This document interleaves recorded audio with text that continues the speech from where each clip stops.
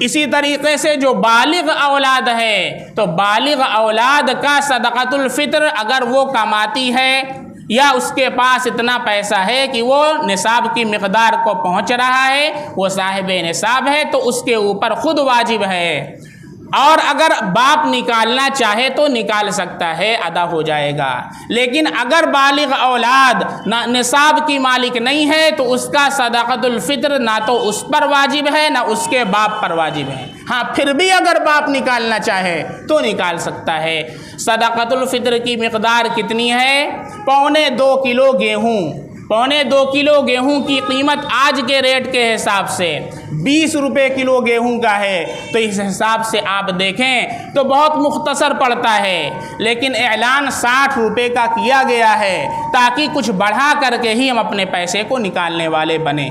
اور یہ گیہوں کے حساب سے ان لوگوں کے لیے ہے کہ جو متوسط طبقے والے ہیں، کھجور کے اعتبار سے، کشمش کے اعتبار سے اگر اللہ نے آپ کو وسعت عطا فرمائی ہے تو آپ کھجور کے اعتبار سے نکالیں 3.5 کلو کھجور یا اس کی قیمت، کشمش کے اعتبار سے تو اور نکلے گا 3.5 کلو کشمش یا اس کی قیمت۔ اگر اللہ نے آپ کو وسعت، صاحب وسعت بنایا ہے تو آپ اعلیٰ والا صدقۃ الفطر ادا کریں، اپنی طرف سے بھی اور اپنی اولاد کی طرف سے بھی۔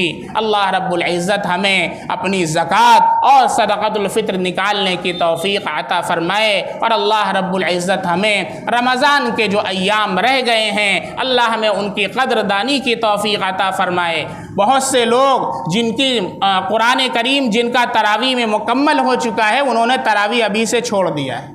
میرے بھائی، یہ رمضان اگلے سال کس کو ملے گا کس کو نہیں ملے گا ہم نہیں جانتے ہیں، صرف رمضان کے اندر اللہ نے تراویح کو سنت مؤکدہ کیا ہے۔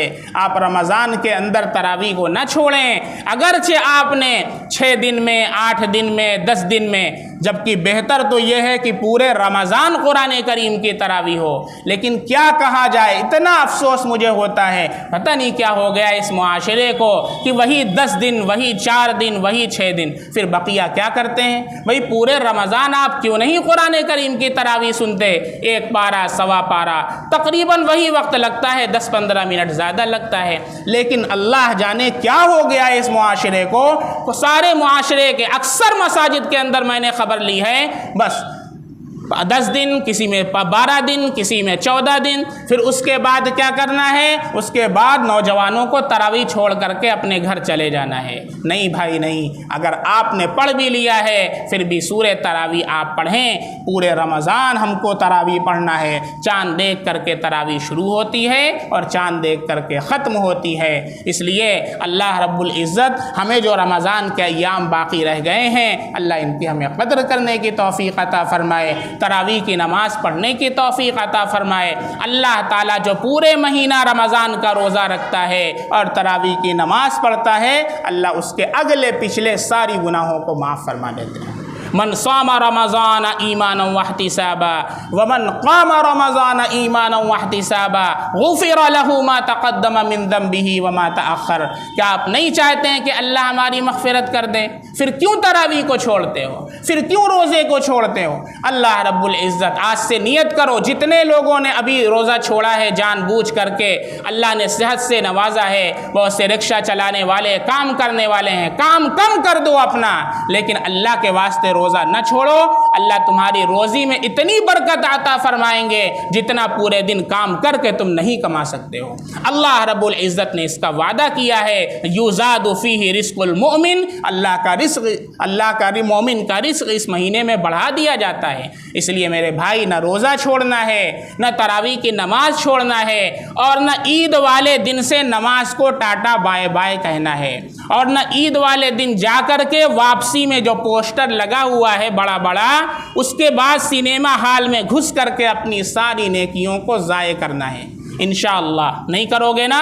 جیسے روزے کے اندر ہم گناہوں سے بچتے ہیں، ایسے پورے سال انشاءاللہ ہم کو گناہوں سے بچنا ہے۔